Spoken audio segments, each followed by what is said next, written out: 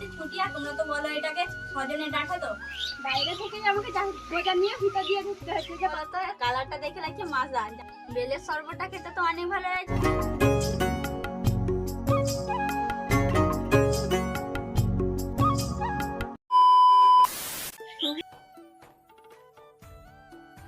সবজি তো আমার কাটা হয়ে গিয়েছিল, যাচ্ছে এখন নুনটা ধরাবো গিয়ে।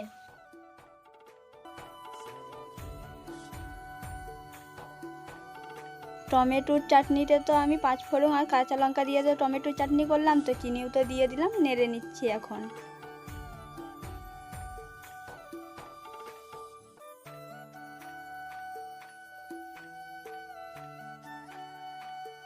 টমেটোর চাটনি তো হয়ে গিয়েছে, এখন নামিয়ে নিচ্ছি।